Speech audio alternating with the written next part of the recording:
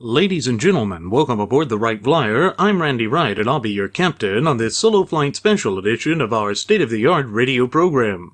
Folks, this will be the final boarding call, so if you please, claim your seats, fasten your seatbelts, kick back, relax, and enjoy the show, while I go ahead and delve into the pre-flight checklist, as there really is a lot of news and information to get to before I may fully indulge you with your in-flight entertainment.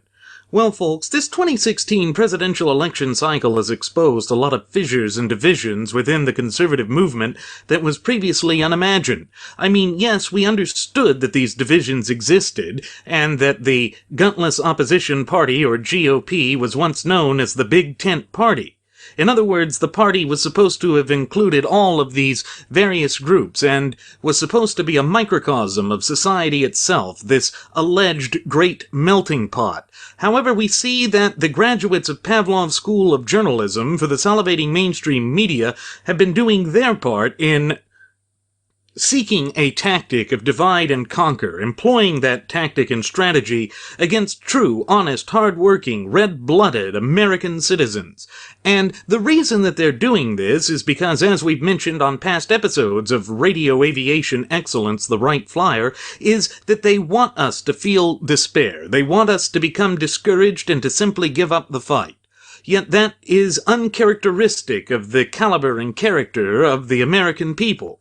It is a sign that they themselves are desperate.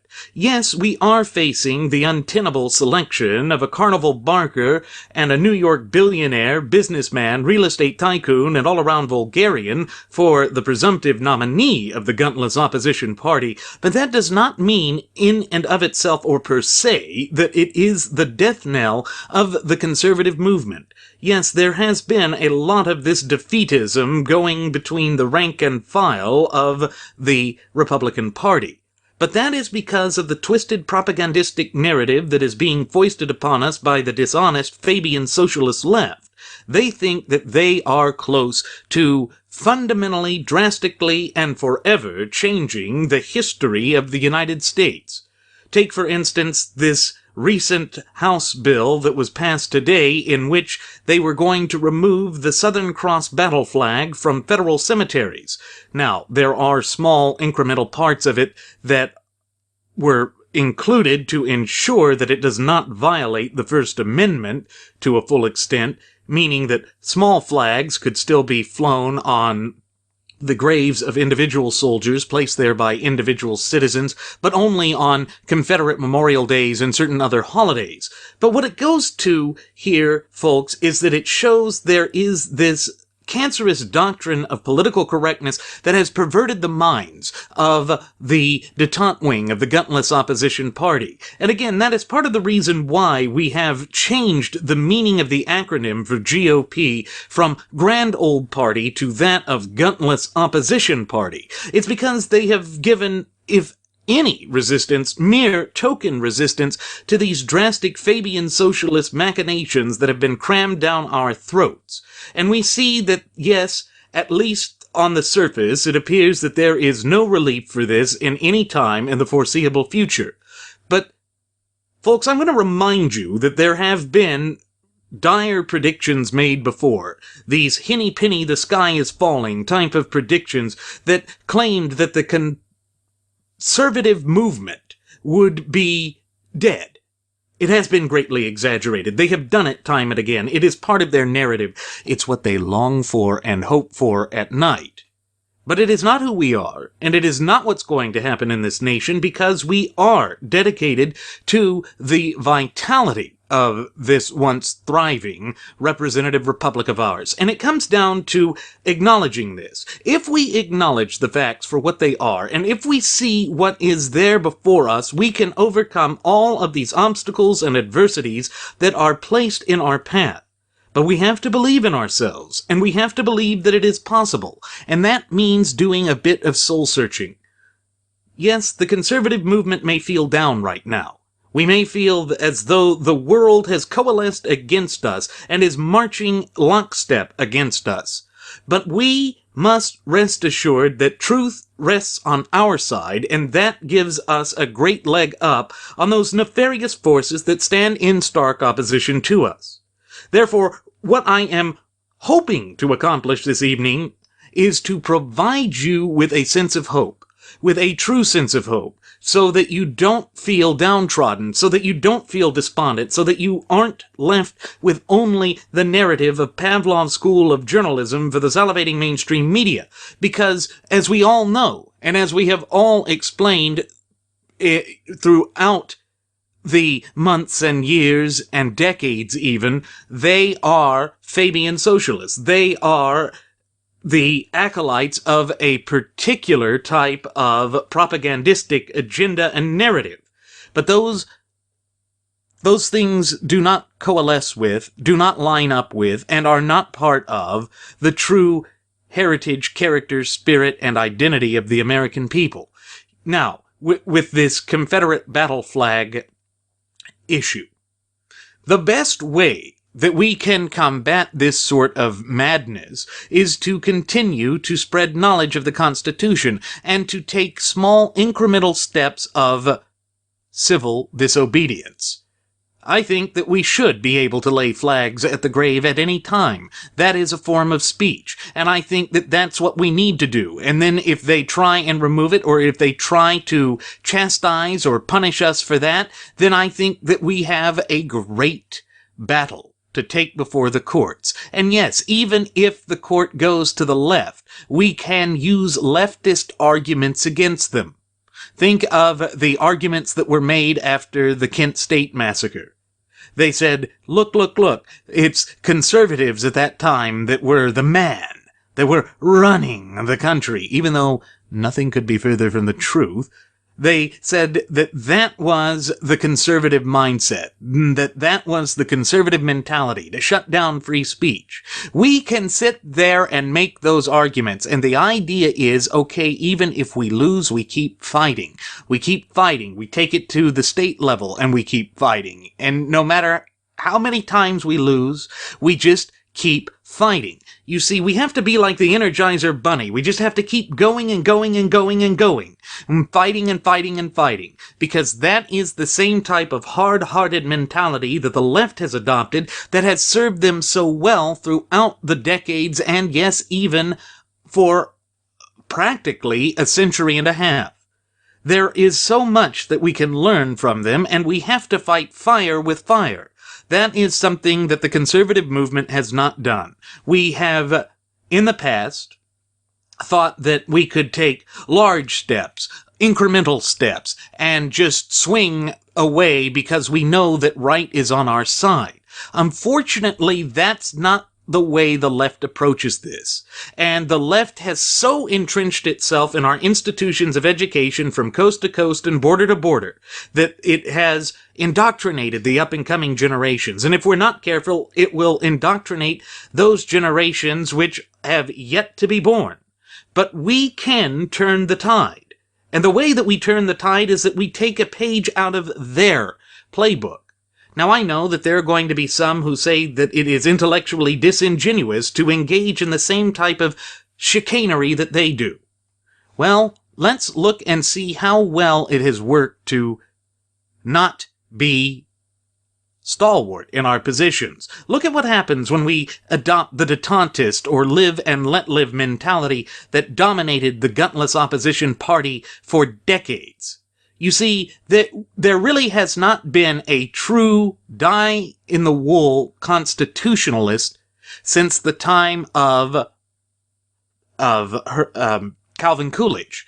Coolidge was the last actual true constitutionalist that we had. Yes, Reagan was for his first term, but by the second term, he began to suffer from the detente wing mentality. We have to divorce ourselves of this detentist mindset. We also have to divorce ourselves of the populism that seems to be the popular fad taking the Republican Party by storm in this election cycle. We must get back to basics. I know it sounds very simplistic on the surface, naive even, but it's not. We know that our ideals are those which are deeply rooted within the foundational document of this once thriving and flourishing representative republic of ours. That is, the Constitution provides the guidelight for us. It is the supreme law of the land. It is what will get us to the finishing line. And the way that we stay true to that, and the way that we adhere to that, is that we learn it to where it is second nature to us. Now, it's impossible to learn it in its entirety, because it is a piece of law. It is impossible for everyone to learn the law entirely, and because our lives continue to be, continue to march on, and are not static, it means that the applications of the Constitution are ever growing. But the Constitution itself, and the edicts that are contained within its four corners, are set basically in stone. They are immutable. They are based on natural law principles which are timeless in nature, and therefore those principles are just as applicable today as they were 230 years ago, and through our hard work, due diligent efforts, it will be just as applicable 230 years from now. Yes, I realize that it can feel as though the fight is over. And I understand that it feels as though this election cycle has been the election cycle of betrayal. I know that we've even said that on past episodes of Radio Aviation Excellence, The Wright Flyer. And to a certain degree, it's true. But remember, we can only be defeated if we allow ourselves to be defeated. We can only be snuffed out if we acquiesce to that. You see, what the Fabian socialists did that granted them such power, and what has laid success at their feet in the last several successive election cycles, is that they have been relentless. Drip by drip by drip, they continue to push their narrative, their agenda, and they fight in a way that is downright mean and dirty. Well, we've got to learn to fight fire with fire, and that means taking pages from their book. So, step one is to first of all realize that basically what we're facing here is an ideological war of epic proportions. And we need to think of this war as a war of attrition. We need to get rid of this notion that's erroneous anyway, that we are going to, at least initially, have quick successive victories. That's just not the way it's going to work. Even though the detente wing of the gutless opposition party and the left Fabian socialists over on the Democrat side may feel drunk with victory, they are still wily animals that, when they're cornered, become dangerous. So what we do is we apply the tactics of hunting. Let's lull them into a false sense of security, and that won't be difficult.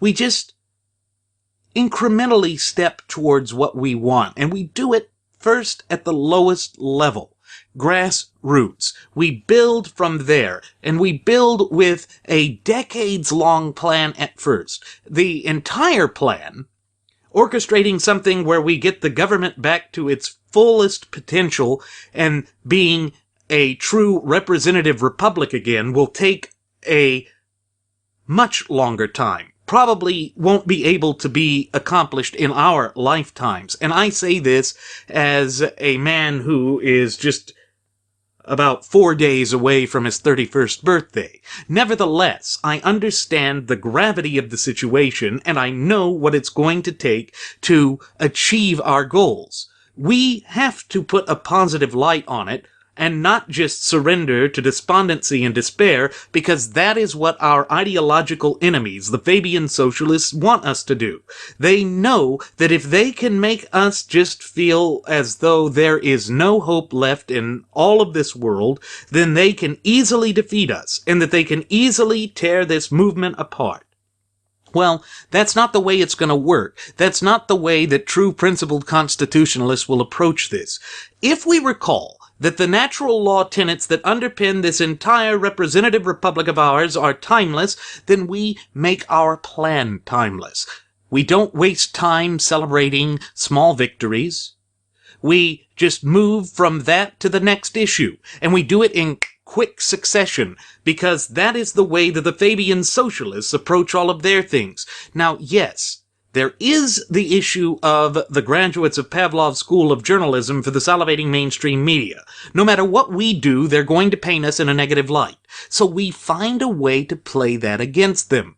We start to mimic some of the language and vocabulary used by the leftists, so that then the media is left dumbfounded, confused. Think of this as a type of psychological operation where we use reverse psychology on them.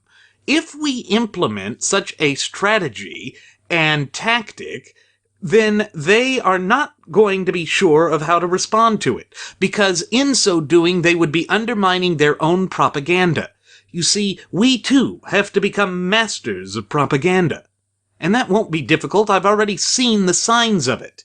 I've seen the way that we are able to purvey our message. The next step is we also need to embrace social media. Much like Radio Aviation Excellence, the Wright Flyer has embraced social media to change the narrative and to work around the graduates of Pavlov's School of Journalism for the salivating mainstream media. We have to embrace that at a much greater length. And that's why I think the things like Levin TV and Glenn Beck's The Blaze Network are such great ideas. That is a pioneering idea. It's something that should be embraced, because that will take the challenge directly to those who are attempting to besmirch us and who are attempting to engage in an all-out war of deceit against us. When we keep all of those things in mind, it becomes clearly apparent that we have an upper hand. The reason we have an upper hand is, as Aristotle said in his Art of Rhetoric, it is much easier to preach a message of truth, and it is much easier to convince people of a true message than it is to lie to them and to get them to believe a lie. Now, the reason that that doesn't seem to be occurring, at least in the current state of affairs in this once thriving nation of ours, is because of just how deeply entrenched the Fabian socialists have managed to become within our society. Look at the way that pop culture is just a slew of degeneracy. That can be overcome. And it will be overcome by our own due diligence and successive efforts. Again, it's going to be a fight for the long haul. I want you to be prepared for that. I want you to realize that this will not be an easy fight. It will be an exceedingly difficult fight, but it is a worthy fight, and a fight that we can truly win. But we can only win it so long as we believe that we can win it, and therefore we are going to have to take things on a lot of faith. Now, the guidebook that the Fabian socialists use is none other than Rules for Radicals by Saul Alinsky, that very trickster of a leftist who was macabre in the way that he desired an all-out bloodless revolution. He has some good points. We do have to personify and personalize our enemy, to set it in one set stone. And yes, I use the term enemy because, let's face it, these people are not about compromise. They are not statesmen in the traditional sense of the term. They are charlatans and hucksters who have nothing less than the complete annihilation of the United States of America on their mind. They want to massacre the conservative mindset. And that is why you see the graduates of Pavlov's School of Journalism for the salivating mainstream media just perpetuating this nonsensical line that they have been not only throughout this 2016 presidential election cycle, but throughout the disastrous 2 terms of the Barack Hussein Obama regime. But there is only so much that their lie can go, and their lie cannot defeat the truth, because the truth always has a way of shining through. The reason that liberty is depicted as the flame of a torch, a guiding light, is because that is the very nature of it. It is the natural yearning of men and women and people of character to be free. That is the natural inclination of the human species. And that is something that we must embrace. That is the message that needs to be at heart. Part of the problem is we see that negativity is once again dominating the political landscape. The entire message of the New York billionaire, businessman, real estate tycoon, and all-around vulgarian Donald J. Trump, also known as John Barron, also known as John Miller, has been based off of hate and negativity. And we can see that by all of the people that have endorsed him, all of the people that have lined up to show the most seedy underbelly of American thought. Those things will be damaging. And yes, the graduates of Pavlov's School of Journalism for the salivating mainstream media are going to attempt to basically stereotype all of us as supporting this. And that is why we have said on past episodes of Radio Aviation Excellence, the Wright Flyer, simply not to bow down to this type of bullying that we see pushing for a tyranny of false unity. False unity will only further perpetuate the myth that the salivating mainstream media is attempting to foist on the American people. The way we overcome that is we reject Trump.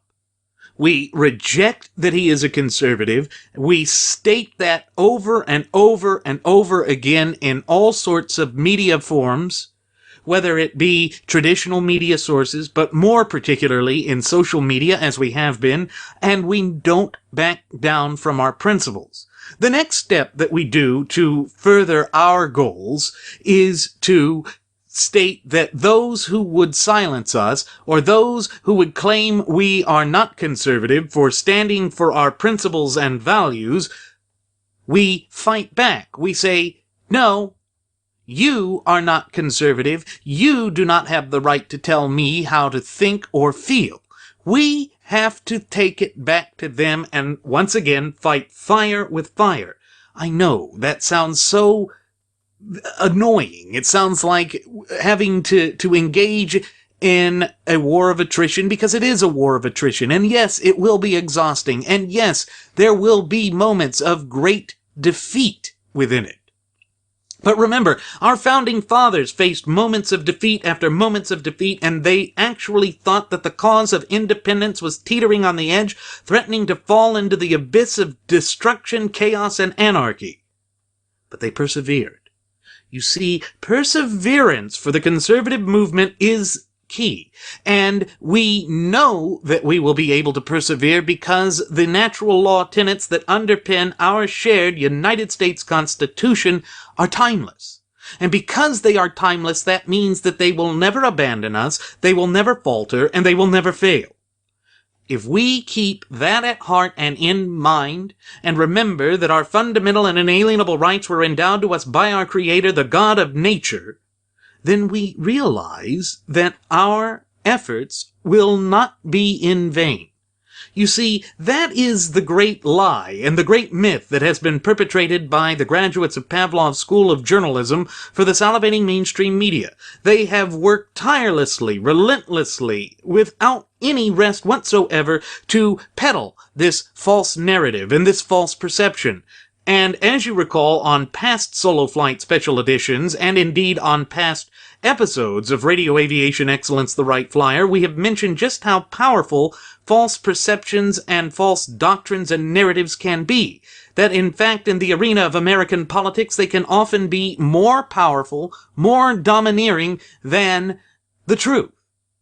But we've also said that the truth always shines through. The best way to approach any and all of this is to break it down into a almost cookbook-style recipe. We start at the grassroots level. We start rebuilding at the grassroots. That's already what Texas Senator Ted Cruz said after he formally suspended his bid for the White House. He realized that this is the opportunity for the conservative movement to rise from the ashes like a phoenix and to reclaim its position of dominance in the arena of American politics. The system of American polity is based on this notion of idealism. You see, that usually has a negative connotation to it. That's the way the media wants you to think about it. They want you to think it's naivety, or that it is some negative thing that cannot possibly work. Naivety requires that there not be any truth to the message. Again, truth comes to the surface. Truth is the anchor that ties all of this together, and that is the quintessential message that we need to take to heart and keep in mind. When we think of it that way, we start at the grassroots. We work up in the same way that the natural order of government works. Now, what do I mean by that? Well, when you stop and think about the way that the natural order of government works, it's like this. The natural law states that government begins with the fundamental building block of society, and the fundamental building block of society is the nuclear family. Therefore, we use this opportunity to go after the most ardent, strident, left-wing attacks on our traditions and our institutions. And we don't bow down to their claims of bigotry. We flip that on them. And we've already seen that memes are doing that, and that our people on Twitter are doing that, and we are getting that message across. Again, that's the start. We've already started laying the groundwork for the resurgency of the new conservative movement. Remember, folks, we have stated before that we are the new resistance. You, our cherished listening passengers and audience, do make up the new resistance. You are who we are trying to reach, to encourage you to keep up the good fight, because that is literally what it is going to take to bring this country back from the brink of ruin. Remember that we are the true ultimate wielders of sovereignty in this once thriving and flourishing representative republic of ours. We are the ones that hold the true power. And once we realize that, our task becomes all the easier. Now, that's not to say that it is an easy task. I don't want to make that statement appear as though it means that it's easy. No, no, no, no. This is a long, drawn-out struggle. The fight for liberty will always be that way, because the forces of tyranny, despotism, and oppression never rest. So we must always remain vigilant. We must always stay alert as to the threats that they are attempting to perpetuate against us, as to their twisted machinations that have no place in an open and honest society like that of the United States of America. But that being said, we do have the ability to make a difference. And we do it by organizing at the grassroots level, first at your municipality and cities, then move up to your county governments, then move up to state government, and while you're at it, also start looking at our institutions of education. It is time for us to start influencing education. One way is through homeschooling, the other way is through private schooling, and we need to encourage conservative-minded individuals to work their way into education. Now, yes, that means at times playing the game of the leftists. But you do the best work by playing the role of devil's advocate in the system of academia. That's how I challenged my history professors all throughout my tenure in college. And it's how I managed to maintain high grades as well. I played the role of devil's advocate. I acted like I didn't believe in a lot of what I was espousing, but I also used their tactics against them. You see, in academia today, the left has become so entrenched, and yes, they're engaging in these fascistic type of tactics, but they've become complacent. They're lazy. They're intellectually lazy. And that is where we flip it on them. We start to say, look, you claim that what you're doing is a counterculture and that you encourage the differences. So now, maybe that means that the right-wing culture is the counterculture. Because if they are the established culture within the ivory tower of academia, then they have become the things that they claim to be preaching against. You use that argument with them, and they don't have a comeback. Or they try and say, well, no, conservatism is really that. And you start to say, well, yeah, isn't that what you said that those who battled against the so-called counterculture said? Aren't you using the same lines that you said that they attempted to use against you? So then, who's being intellectually disingenuous here? Then you challenge them. But you do it in such a way as to make them think that it is working in their arena of ideas, so that they think they have control over it. The same would be true in the media. And that is also how we will play the Fabian socialists against themselves. You go in and you make them think that they are the great masterminds. You stroke their egos a little bit while getting ready to plunge the knife deep into their back. Yes, these tactics may seem deceitful. It's because it is their very own tactics. We have to start becoming drastic in our measures, but we also have to be measured in our measures to ensure that what we are doing will not meet with defeat. And the only way that we can do that is to realize that this is a long, drawn-out struggle of attrition, because that is exactly how they implemented their doctrine, their ideology, and their dogma. And that means that it can be defeated in the same light. You see, they haven't thought of a way to rebut their own tactics. Most people don't think of it that way. But you realize that the best way to combat anything is to look at it as if you are fighting on both sides. You have to get into their mindset. And though we have often joked that the left does not have a mind, they do. They do, and it is one that is based on collectivist mentality. So the way that you get them to abandon their collectivist thoughts, and the way that you get them to acquiesce, is to make them think that by not allowing individualism, they are actually working against collectivism.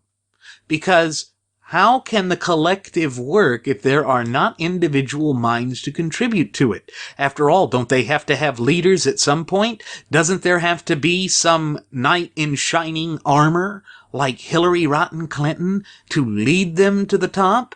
You see, that's where you tap into it. You say, but look, those knights in shining armor are not actually looking out for your interests. They don't belong to the collective. They just demand and make orders and bark at the collective. There. You see, you begin to plant the seed of distrust into their mind, and that seed will take root.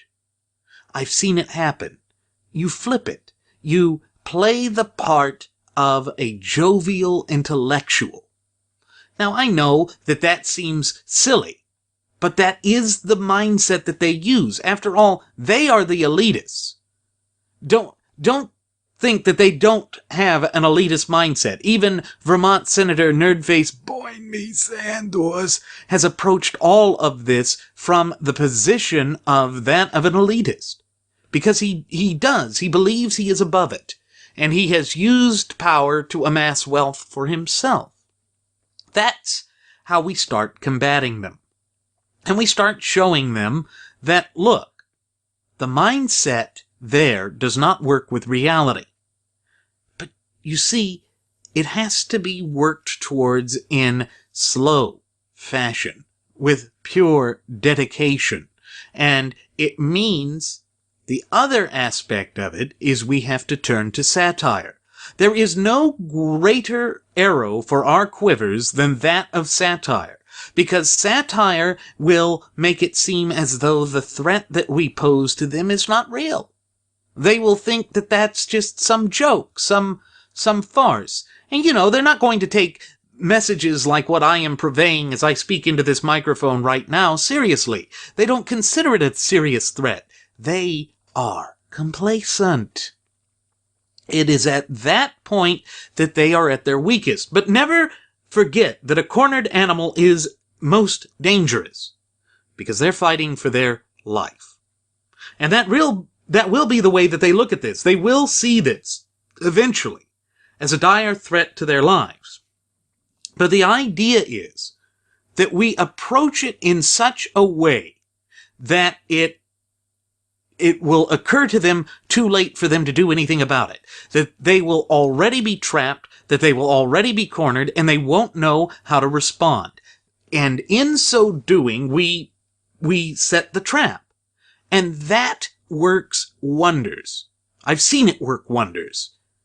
So, we then incrementally work towards restoring our history, getting knowledge of the Constitution back out to people, educating people as to what the proper scope and application of government is, as defined by the clear and concise language contained within the four corners of the United States Constitution.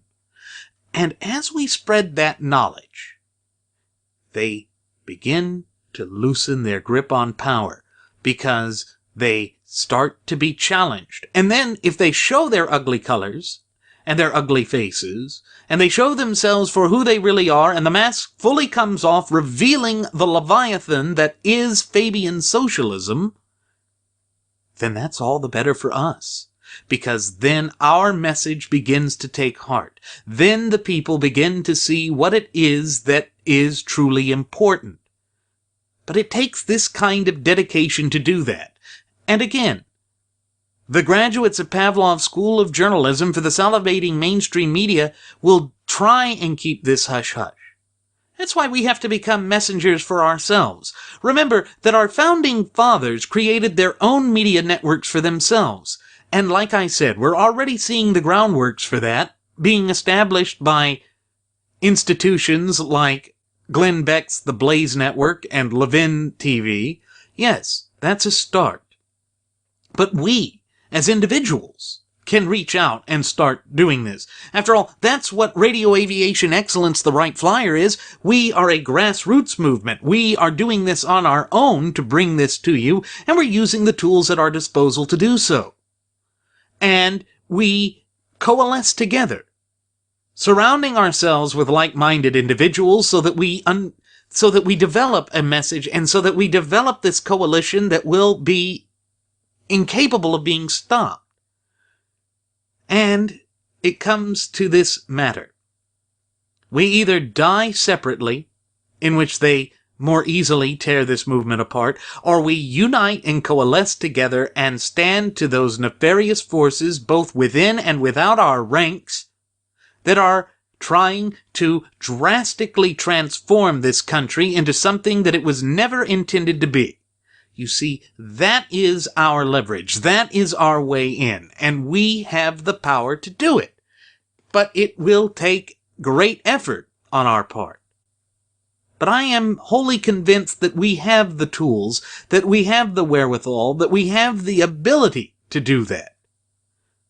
We just have to find a way to articulately display this to ourselves, to disseminate this information among ourselves.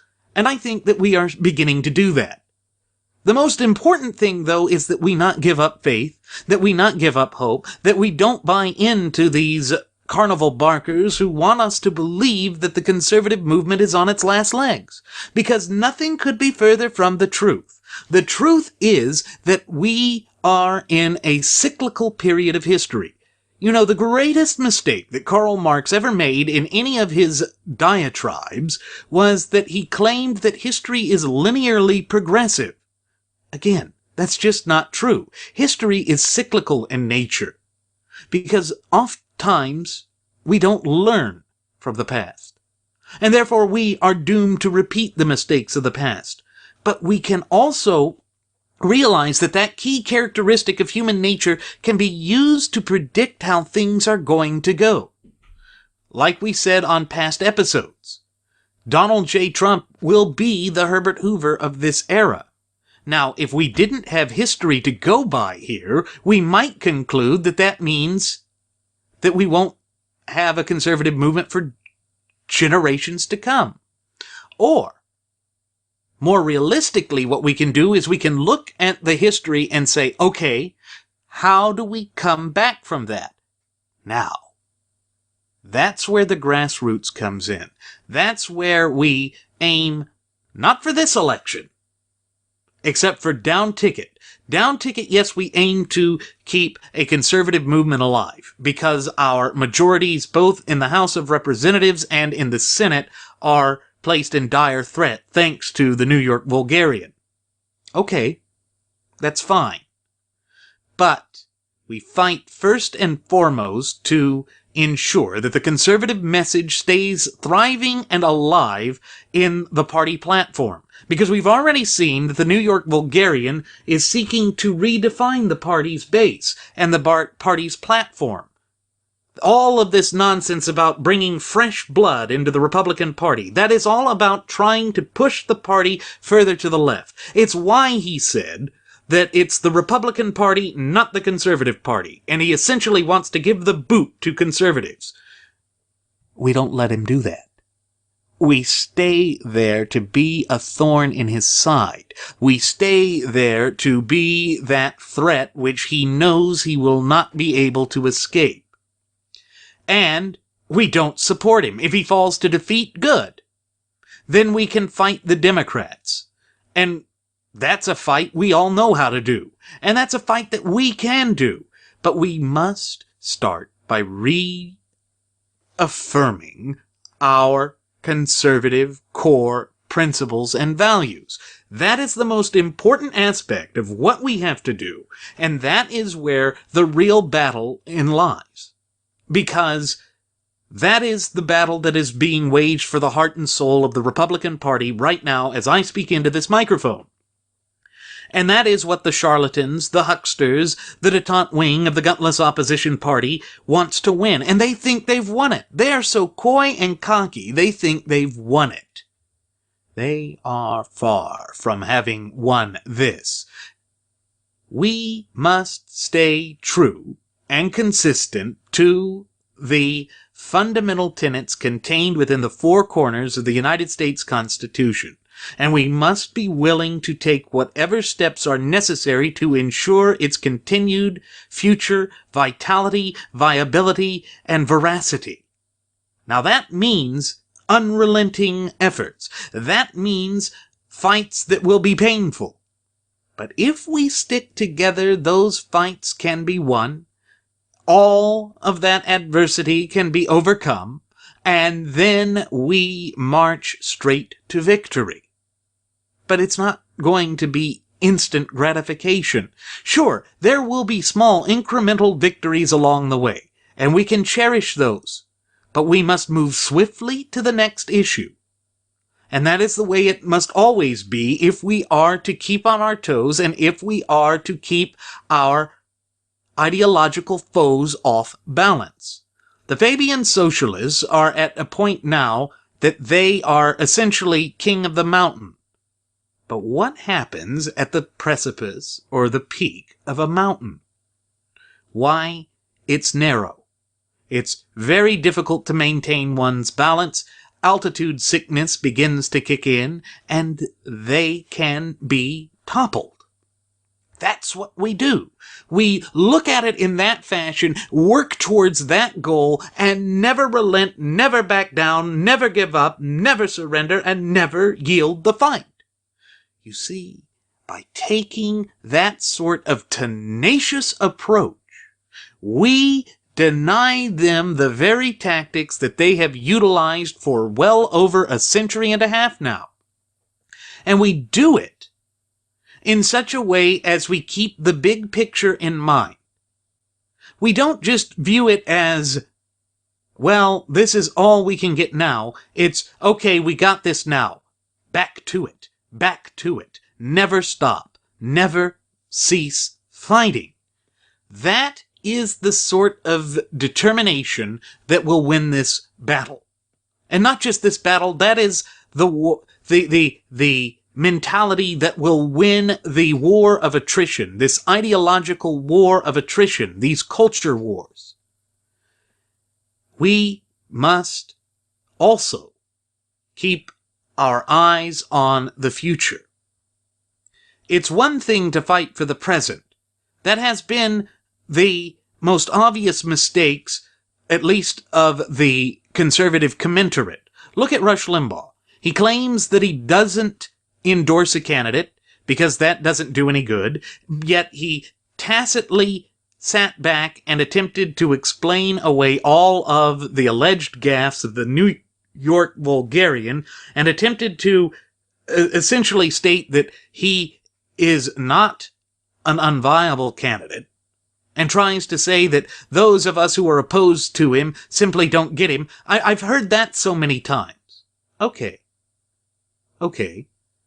We use that against them as well. They are the ones that push this narrative that makes absolutely no sense, and we are the ones that are going to show them how flawed that narrative is by throwing it in their face. Now I know it sounds like I'm saying escalate this, because guess what? I am. At this point, we have to become proactive. We have to become abrasive. But that does not mean that we give up civil discourse. That does not mean that we abandon our heartfelt positions, because those are what separate us from the degenerates that are doing everything within their power to tear this country apart at the seams. Again, it comes from deep within our soul. This very notion of character. That is what builds us up. That is what gives us the strength and the tenacity and the morality to keep pushing through. It's like faith itself. Faith itself must be relentless. Faith itself must be deeply rooted within the hearts and minds of the people. It must be an integral part of their daily lives. Yes, we understand that wholeheartedly. And that's why we say embrace it. Embrace it and prepare to keep fighting, to never relent. Because, remember, it is always darkest before the dawn. That will lead us to the victory we seek. But we have to hand it down to the future generations so that they can continue the fight. We have to prepare them for this continued fight because the Fabian socialists have gotten a leg up on us. But that does not mean that they have achieved victory, nor does it mean that they will achieve total, absolute victory either. Because again, the truth rests on our side, and as long as we keep that conviction in mind, and as long as we are unwilling to back down from our principles, from our values, from our cause of independence and righteousness, then we can never be defeated. It takes courage. And at times, courage can be difficult to find. I know, I go through moments of self-doubt too. We're all only human. That said, they're only human too. And that means they have human weaknesses of which we can exploit, to which we can use and utilize to our advantage. When you start thinking of it in these grand terms, you start to see that the solution is within our hearts. The solution and the key is what has been with us since the very inception of this country over 230 years ago. That key is the Constitution.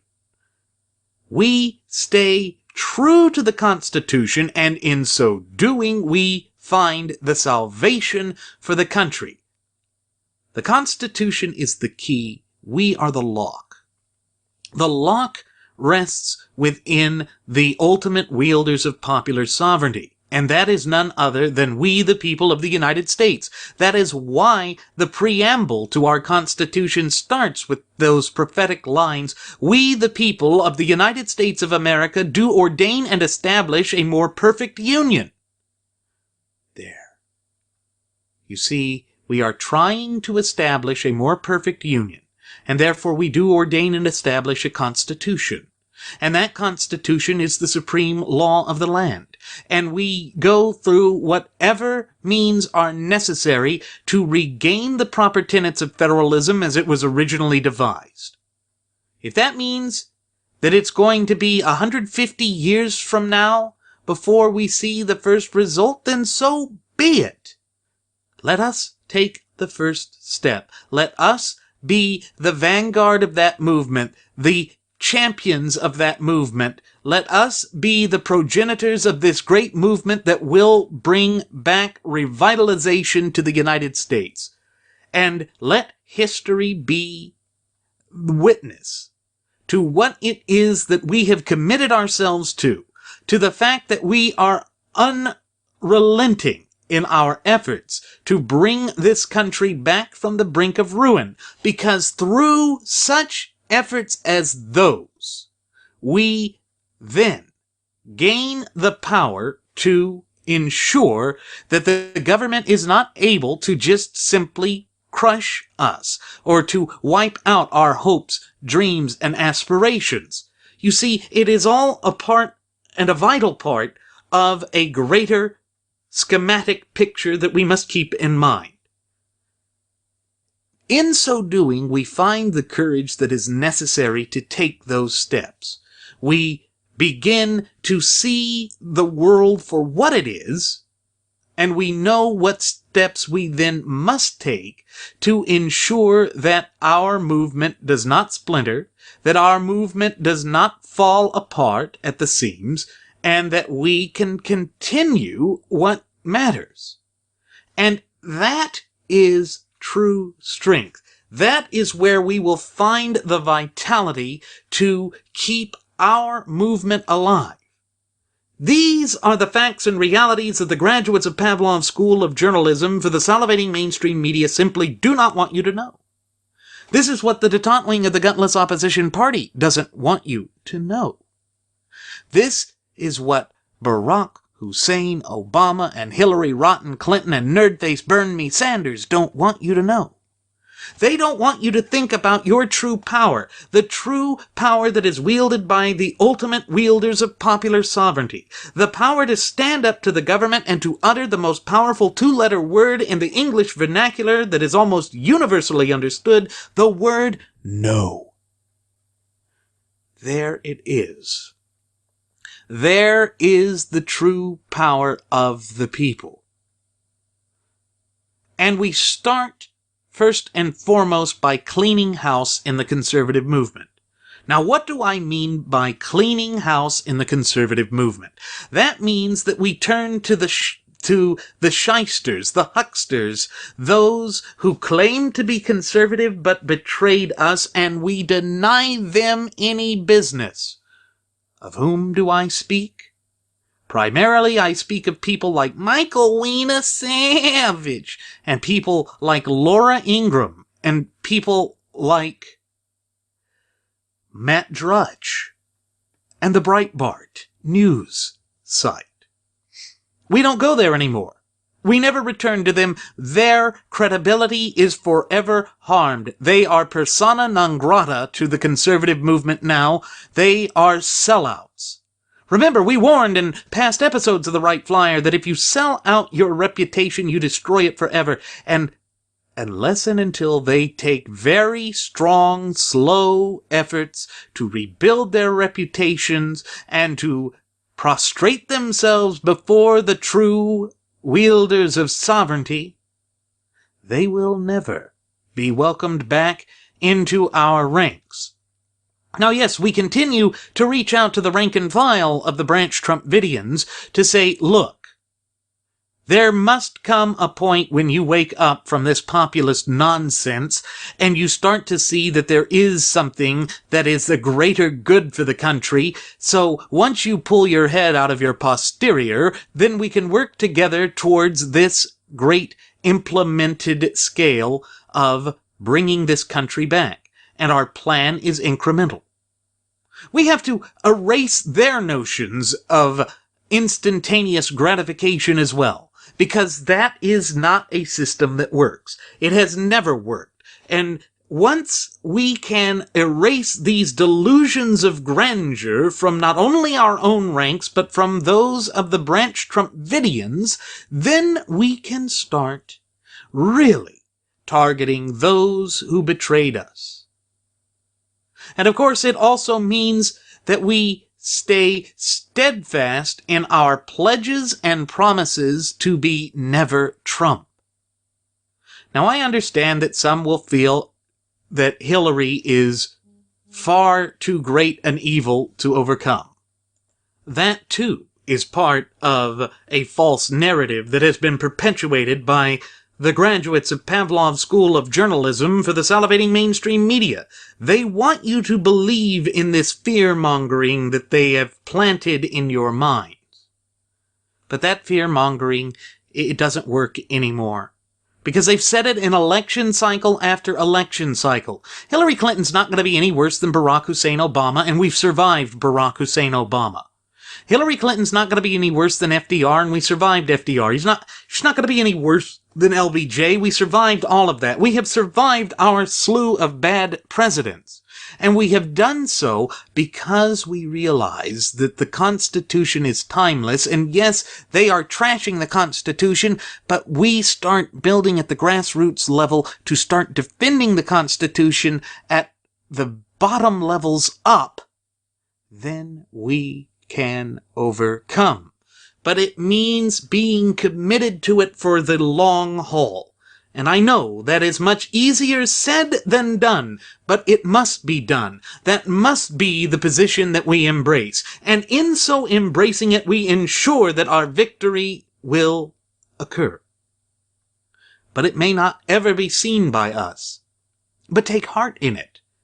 That future generations will be able to celebrate and enjoy the ability to exercise their fundamental and inalienable rights in a way that is more secure than we were able to do so. And in that sense, we hand it down to posterity. Remember, our founding fathers didn't know whether they would see victory or not, but they kept at it for the hopes that at least their posterity might see it. That is the ability to take perspective, proper perspective of the entire scenario and situation, and then keep moving towards that goal. And in that, you can find true inspiration. There is great inspiration to be found there. That is what can encourage and bolster the hearts and souls of the conservative movement. The conservative movement is far from being dead. It is truly a wonderful movement. It is a truly dynamic movement, and it cannot be killed off so easily. Why? Because we are so resilient. We carry the blood of our ancestors and our forefathers in our veins.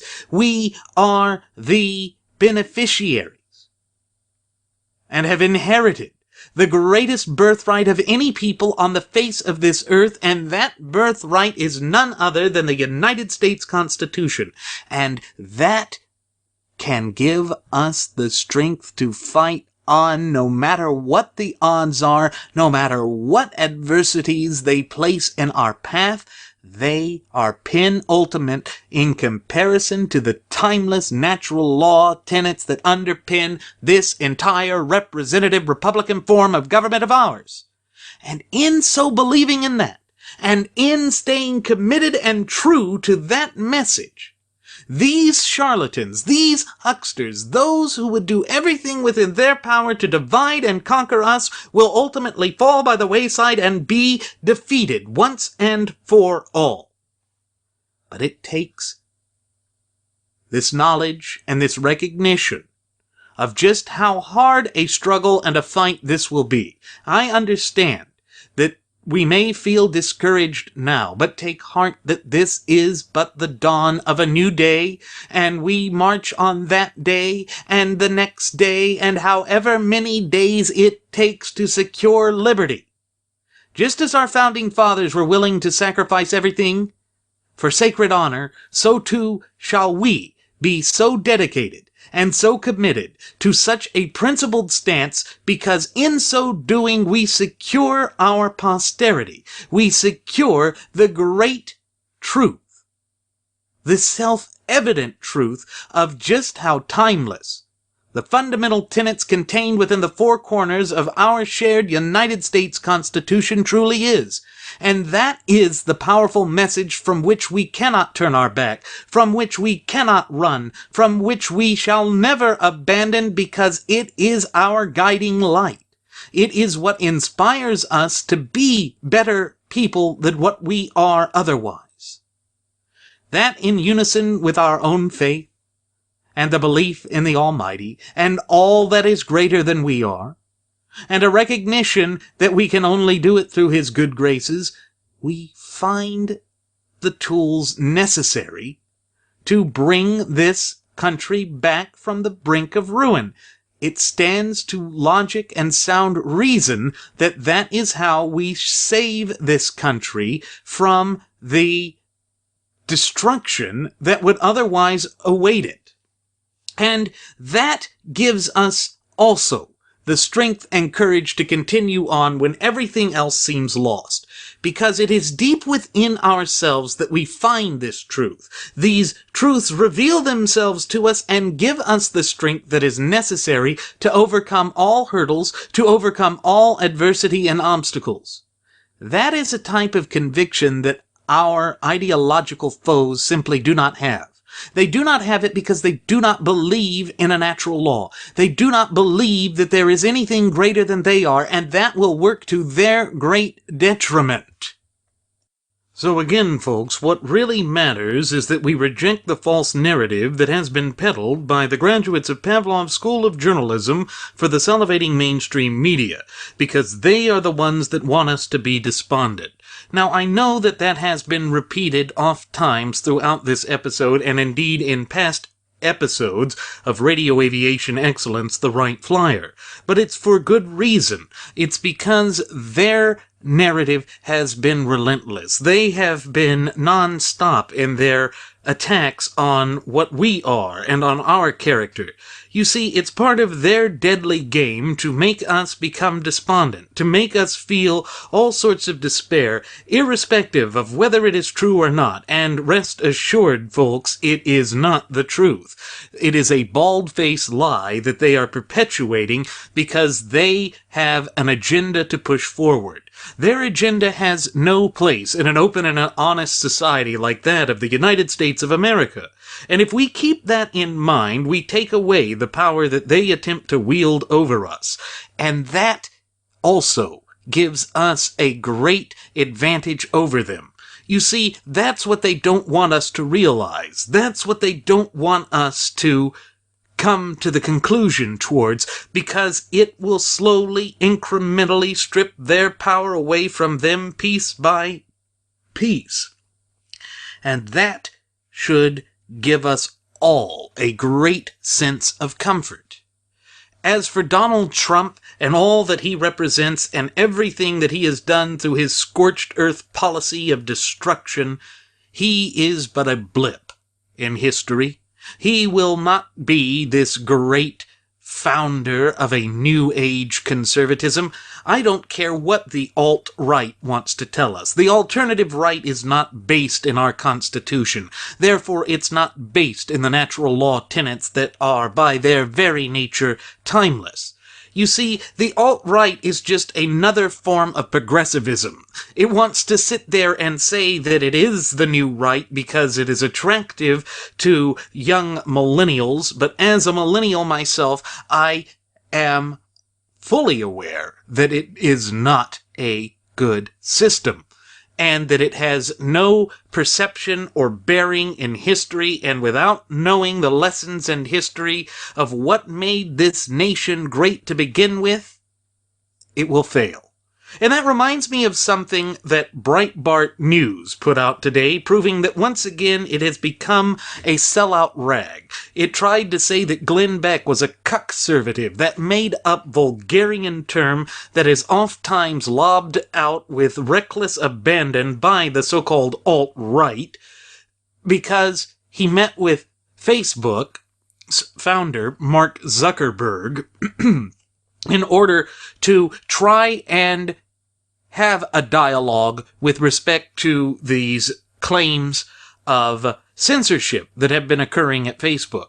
Now, there can be no question that there is a left-leaning dominance and bias in the social media sphere. It's because these are young techno geeks that created these things, and for the most part, they tend to lean radically, drastically to the left. But that does not mean that they don't understand the value of free speech. You see, it ultimately comes down to we having to see the greater good, to seeing something greater than the sum of our parts. Because that is originally what our founding fathers envisioned with respect to this once thriving and flourishing representative republic of ours. And throughout the successive generations of the Fabian socialist indoctrination, it has become about self-gratification. It has become self-centered. It has become the me generation. But that is not how we define ourselves, both as a people and as a nation. Where our root truth lies is with the immutable truths that are found in the natural law tenets that underpin not only our representative republican form of government, but also in our belief in America. You see, America is a greater representation of all the things that we hold near and dear. It is a greater reflection of all that we have accomplished in our relatively brief yet illustrious history. We can accomplish so much more if we return to those fundamental tenets that guided us to the position that we held for so long. It's these deeper characteristics that matter. It's these deeper characteristics that go to the heart of who we are as a nation and as a people. And it is the conservative movement that best represents that. So while these nefarious forces that simply want to tear us apart at the seams think that they have achieved victory, that they have once and for all marginalized us to such a degree that we are no longer a viable political movement, let them think that, because that will be their undoing. They will underestimate us, and that will come back to bite them. Our great strength lies in our perseverance.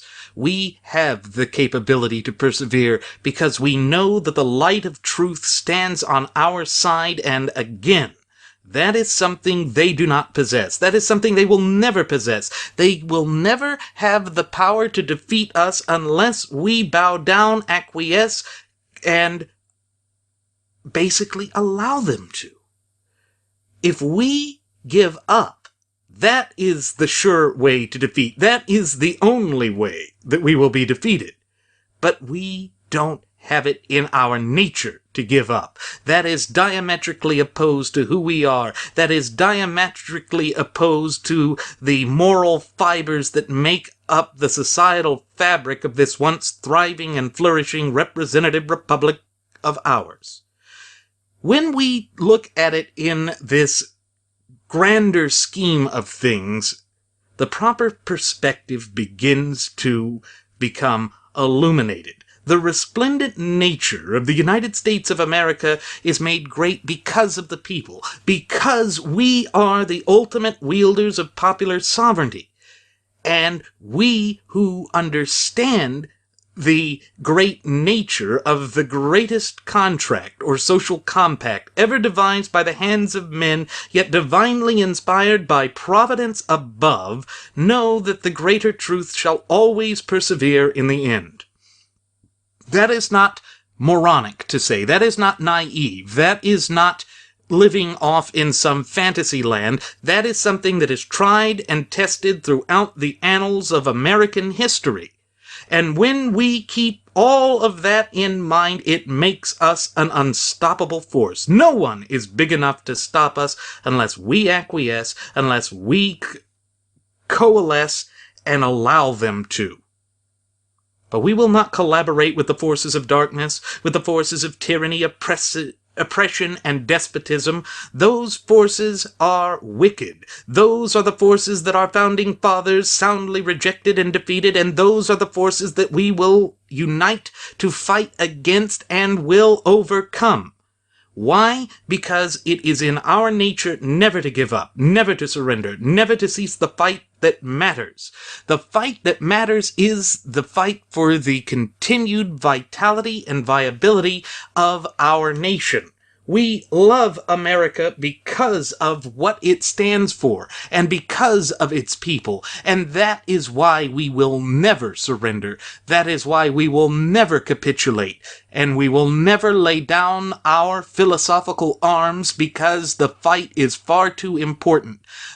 All that is at stake is far too important merely to give up. There is a reason our founding fathers said that the truths that were contained within the Declaration of Independence were self-evident. It is because these are the natural law tenets that are inscribed and engraved upon the hearts of men and women everywhere. It is the natural state of humanity to seek to be free. We have seen it all throughout the course of human events. Why would we give up now?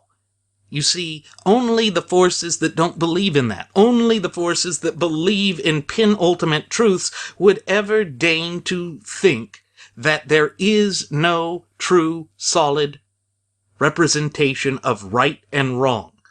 Moral relativism is the disease and cancer that is peddled and perpetuated by those who lack a moral compass in entirety.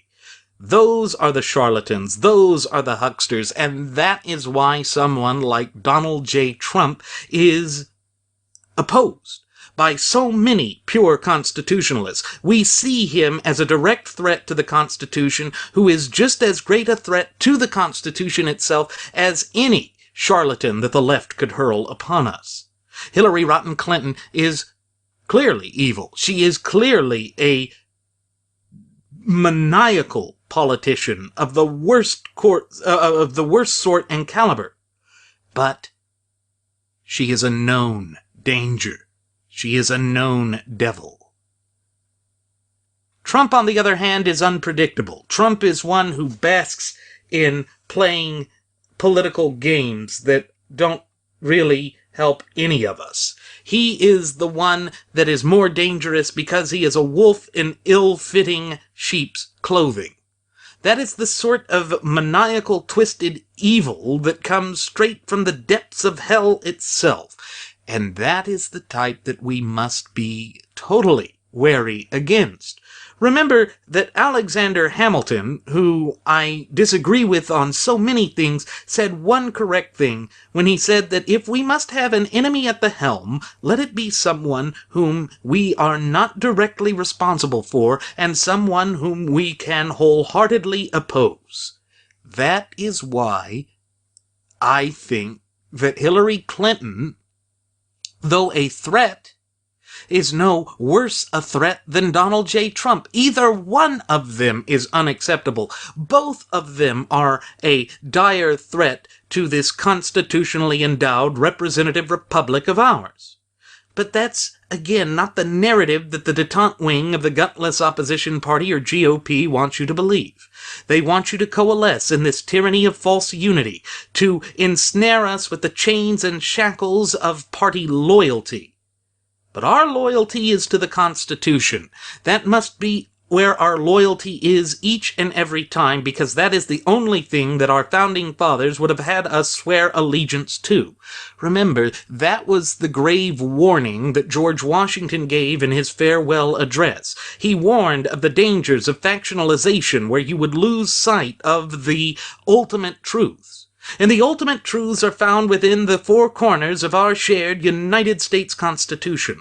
That, too, is a truth that the punditry and the commensurate and all of those eggheads that want to sit there and provide analysis based on penultimate concerns like a false label of conservatism or the economy or populism is the new powerful wave of America's future get it wrong. They get it wrong because they don't realize that the natural law is, by its very nature, timeless. They cannot see the forest despite the trees, and that will be their undoing. That will be what destroys them. And if we tie our lots with them, then we will go down with the ship. I would rather go into the water with a life preserver where I know I have a chance, a fighting chance to survive. Because if we unite, if we coalesce together, both in solidarity and unity, we can overcome any of these hurdles, obstacles, and adversities that are placed in our path. And I know this to be true, and I can say this with the confidence, the supreme confidence of which I am stating it now as I speak into this microphone, because that has been the incessant truth of the United States of America all the way back to the dawn of our nation some 230 plus years ago. And that is where we can find comfort and solace, and where we can rejuvenate our spirits to stand up and fight once again. Remember that when Texas Senator Ted Cruz did suspend his bid for the White House, he said he didn't want us to become despondent, he didn't want us to feel despair, that he wanted us to continue to fight for liberty, and he promised that the fight for liberty is not over. I take him at his word, because I happen to know, having been a constituent of his since he became a senator in 2012, that he is a man of his word. He has proven himself as a man of his word by arguing and defending our Constitution in front of the Supreme Court more times than any other licensed Texas attorney, and has won more times than any other licensed Texas attorney as Solicitor General for the state of Texas. He has shown himself to be truly committed to all that we stand for and represent. That is something that we also can find comfort and solace in, because it is the resounding, undeniable truth. So again, do not allow despair or defeatism to enter into your hearts and minds. Reach out to one another. Find strength in our numbers and surround yourselves with like-minded individuals, and prepare to take the necessary stance that we must all take to ensure the continued vitality and viability of this conservative movement. The conservative movement that is dedicated to pure constitutionalism is greater than each and every one of us as individuals, but it rests on the notion that we as individuals are the true ultimate wielders of popular sovereignty in this representative republic of ours.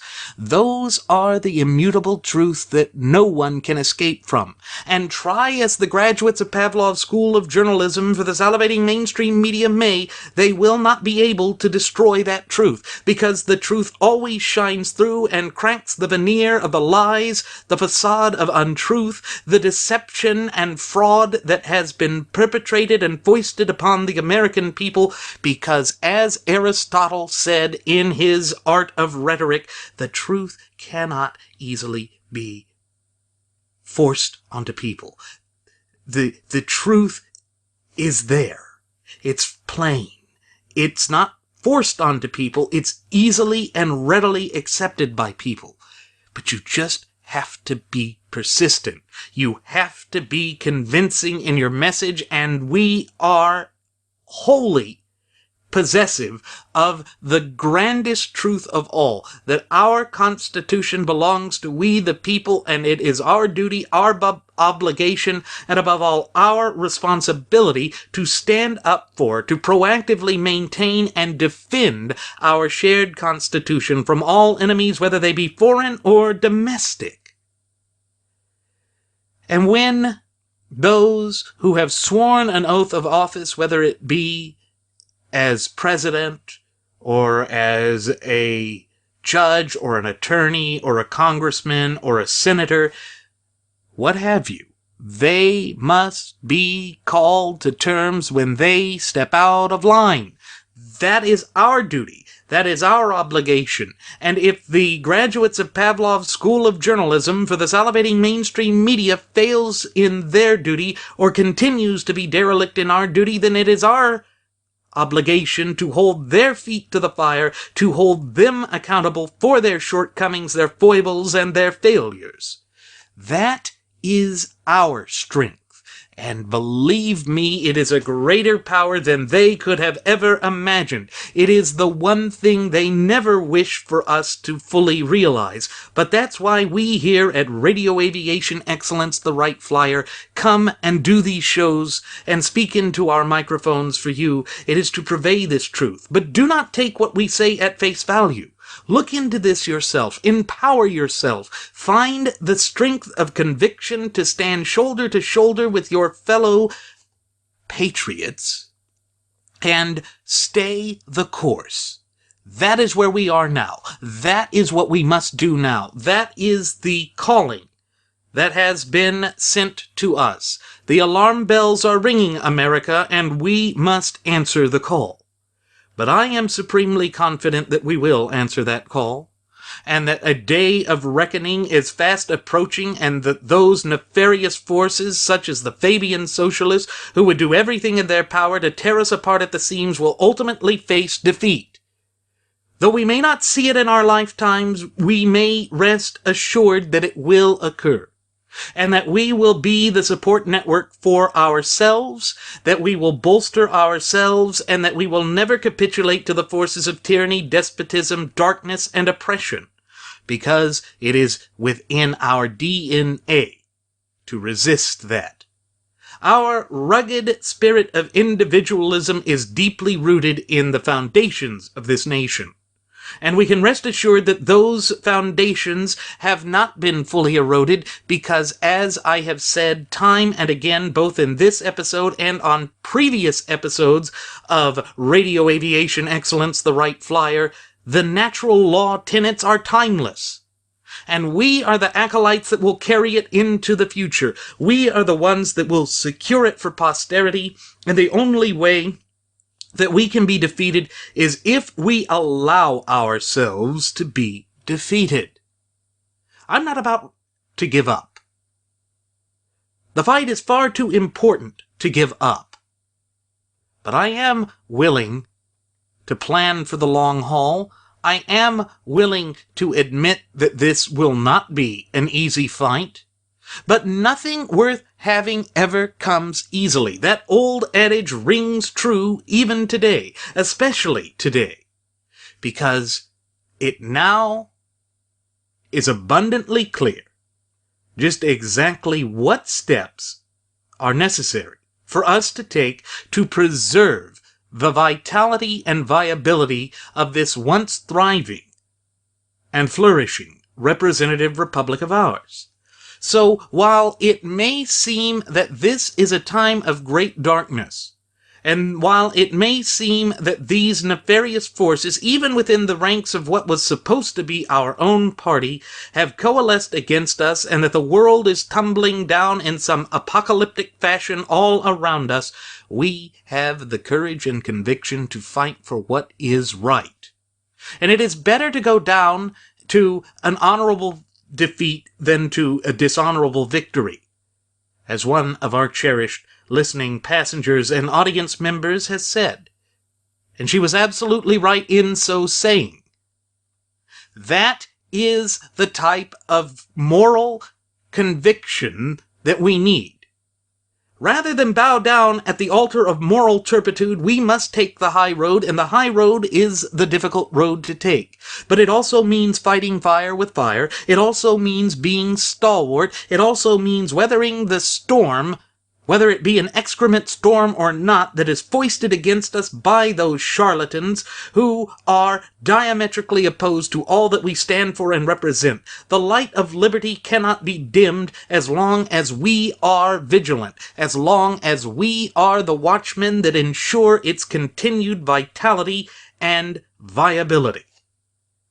Now, it may sound completely abstract, but it's not. It is a concrete part of our soul, of our spirit, as a nation and as a people. And as long as we stay the course and keep the faith, no one can stop us.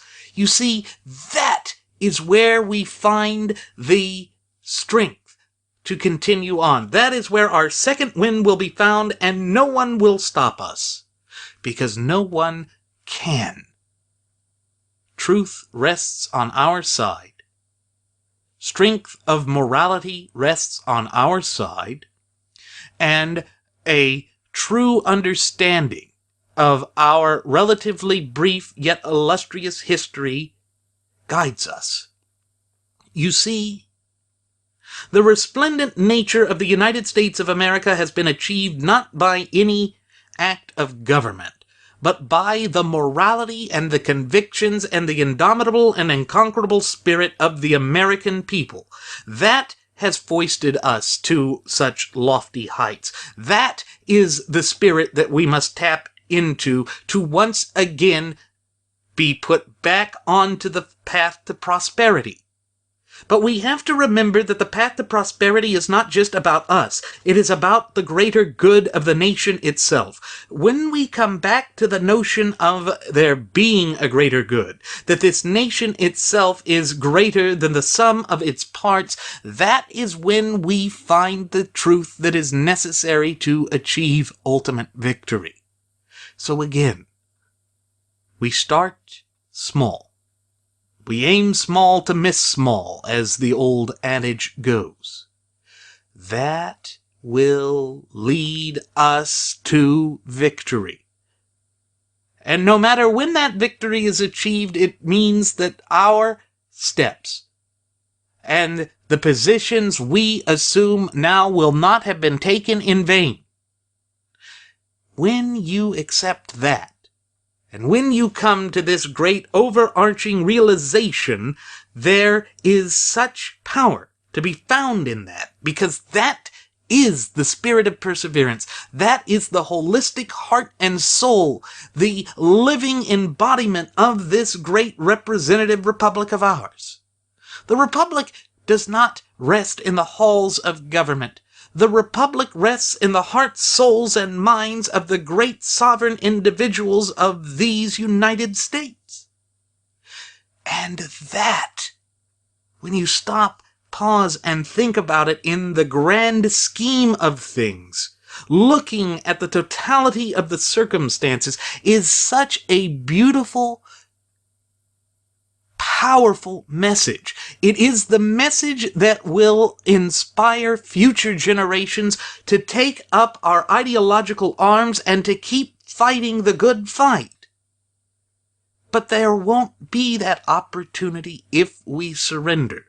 There won't be that opportunity if we give up to the nagging voices of defeatism, to the ones who spin a web of lies and deceit in order to demoralize us. Those are the forces of darkness. Those are the things that lead to the crushing of freedom, of liberty, of justice, and of equality, meaning equal protection under the law. It is time that we embrace a notion and an understanding of the fact that our representative republic is one that can only be free through the diligent efforts of the people. And we are those people. This government belongs to us. It does not belong to the politicians. It does not belong to the graduates of Pavlov's School of Journalism for the salivating mainstream media. It doesn't belong to Donald J. Trump, and it's certainly not for sale, and our values and principles are non-negotiable. These are the incessant truths that guide us. It is the resplendent light that illuminates our path and lets us know that what we do is the morally justified thing to do. And we do it for each other. We don't do this for our own self-aggrandizement. We do this to empower the people of this nation. We love the people of this nation. It is, as always, the people of America that makes America what it is. That has always been the case. And if we lose sight of that, if we accept the false narrative perpetuated by the historical revisionists, by the salivating mainstream media, by the nefarious Fabian socialists that have indoctrinated and taken over the Democrat Party and various aspects of our government at all levels, then we are all but admitting defeat. We cannot do that. We cannot surrender to that. We cannot capitulate. We cannot kowtow or give in to them, because they will continue to push us towards a place we were never intended to go, a place that is diametrically opposed to our nature, a place that would ultimately destroy us. You see, we must be committed to the cause. And I think that the way that we remain committed to it is to realize that we are not alone. You are not without a voice. You have a voice. And you have those who are willing to listen and who are willing to speak alongside you, so that our voices unite in a crescendo that will drown out the charlatans, the hucksters, and the liars once and forevermore. That is our promise to you. That is why we are the new resistance. We will never relent. We will never bow down. We will never accept these nefarious forces of tyranny, despotism, and oppression, because those are the forces that are diametrically opposed to all that we hold near and dear. We understand this, and that is why we are committed to standing shoulder to shoulder with you at every step of the way, never backing down, because we know that you love this country too, and that this country is too great a thing to give up on. And with that said, it is time to send the flight attendant back for one last round of alcohol as we begin our descent. Ladies and gentlemen, as always, I'm your captain, Randy Wright, and I want to thank you for choosing to fly the Wright Flyer. I also invite you to leave any questions, comments, or concerns you might have either here on our YouTube page, or our Google Plus page, or our Facebook page. And on top of this, I invite you to follow us at Twitter with the Twitter handle @RadioAviationEX. Once again, folks, that's @RadioAviationEX, and there you will find our departure board that lists my personal Twitter account, the personal Twitter account of my first officer, Jeremy Grapington, also our Blogspot page, which has audio blogs and various other information to help keep your spirits high, and under that, you will find our Cafe Press account, where we have all sorts of trinkets and goodies that will help inspire you to keep the fight alive. Such things as drinking glasses with our logo on it, or our first-class passenger logos on it. Go ahead and take a look at all of those things, folks, and give us a little bit of support so that we can continue to stand shoulder to shoulder with you, never giving up in this fight for liberty. Thank you for tuning in again, folks. We will see you next time. Do take care.